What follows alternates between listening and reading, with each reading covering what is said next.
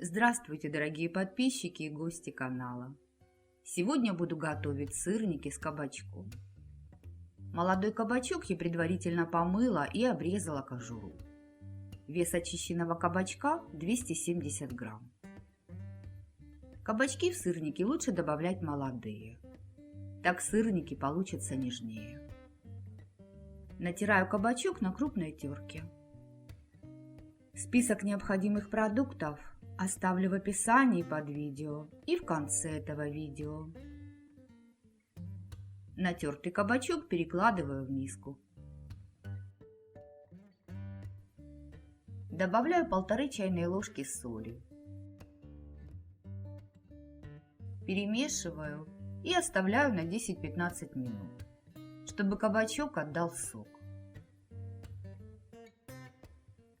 Здесь 480 грамм творога. Жирность творога 5%. Я его предварительно отжала через марлю, чтобы удалить лишнюю влагу. Так как творог у меня крупнозернистый, перетираю его через сито. Можно, конечно, просто творог размять вилкой, но я хочу получить более нежную консистенцию сырников. Погружным блендером лучше творог для сырников не измельчать, так как он станет более влажным, и тогда придется в сырники добавить больше муки. Можно использовать творог в брикетах. Здесь небольшой пучок зелени, укроп и петрушка. Стебли я предварительно убрала, чтобы не испортить нежную консистенцию сырников. Можно использовать только укроп, так как у петрушки все же листики крупные. Нарезаю зелень и отправляю в миску с творогом.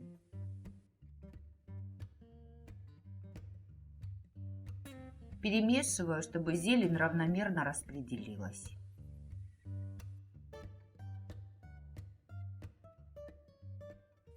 Отжимаю кабачки и кладу в миску.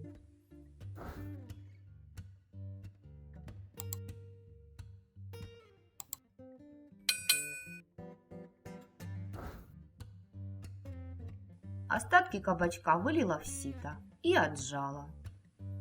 Жидкости выделилось много. Перемешиваю, чтобы все продукты в сырниках равномерно распределились.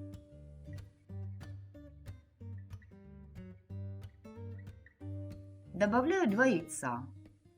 У меня яйца категории СО. И хорошо перемешиваю.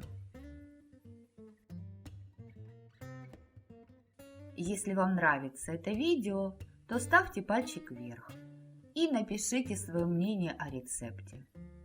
Поделитесь видео с друзьями. Вы этим поможете развитию канала. Теперь добавляю пшеничную муку. Сначала добавляю 2 столовые ложки и хорошо перемешиваю. Тесто должно получиться плотным, но много муки добавлять не нужно. Поэтому муку добавляю постепенно. Количество добавленной муки будет зависеть от влажности вашего теста. Добавляю еще 1 столовую ложку. Перемешиваю. Мне муки достаточно. Формирую сырники. На коврик для теста насыпаю 1 столовую ложку муки. Набираю столовую ложку теста и скатываю шарик.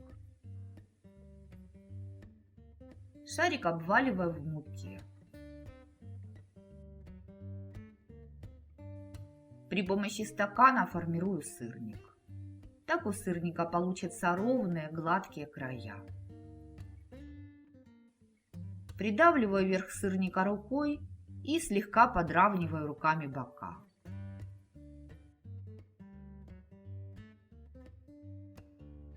Снова обваливаю сырник в муке, чтобы на его поверхности сформировалась корочка. Таким образом формирую первые 6 сырников. Ровно столько сырников помещается на сковороду.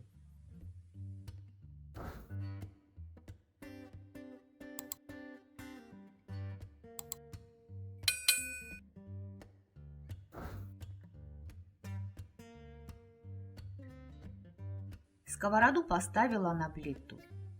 Наливаю немного подсолнечного масла.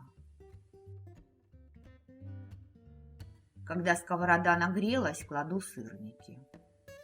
Жарю на огне ниже среднего примерно 2-3 минуты до золотистой корочки. Пока готовится первая партия сырников, формирую следующую. Переворачиваю сырники на другую сторону и снижаю огонь до минимального. Сырники толстенькие, и чтобы они приготовились внутри, накрываю сковороду крышкой. Жарю 5-7 минут до золотистой корочки. Я сформировала 12 сырников большого размера и 6 маленьких. В сковороду добавляю еще немного подсолнечного масла. Масла ушло примерно 50 мл. Муки у меня ушло 4,5 столовых ложек. 3 столовые ложки в тесто и 1,5 столовые ложки, чтобы обвалять сырники. Вот такие сырники у меня получились. Они вкусные и полезные. Соль в сырниках чувствуется, но ее в меру. Мои мужчины с удовольствием на завтрак едят сырники с кабачком. Рецепт сырников простой. Готовятся они быстро, а съедаются еще быстрее. Сырники с кабачком вкусные как в теплом, так и в холодном виде. Если вы любите сочные нежные сырники, то после жарки на сковороде потушите их в духовке. При температуре 180 градусов в режиме вверх-вниз 10-15 минут.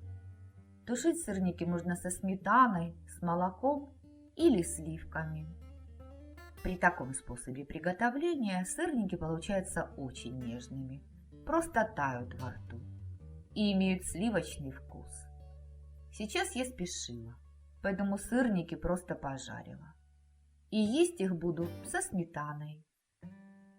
Рекомендую вам приготовить сырники с кабачком, они вам понравятся. Готовьте с удовольствием и приятного аппетита! Если вам было полезно это видео, то подпишитесь на канал. И не забудьте нажать на колокольчик. У меня для вас есть еще много интересных рецептов. А я на этом с вами прощаюсь. Желаю вам мира и добра.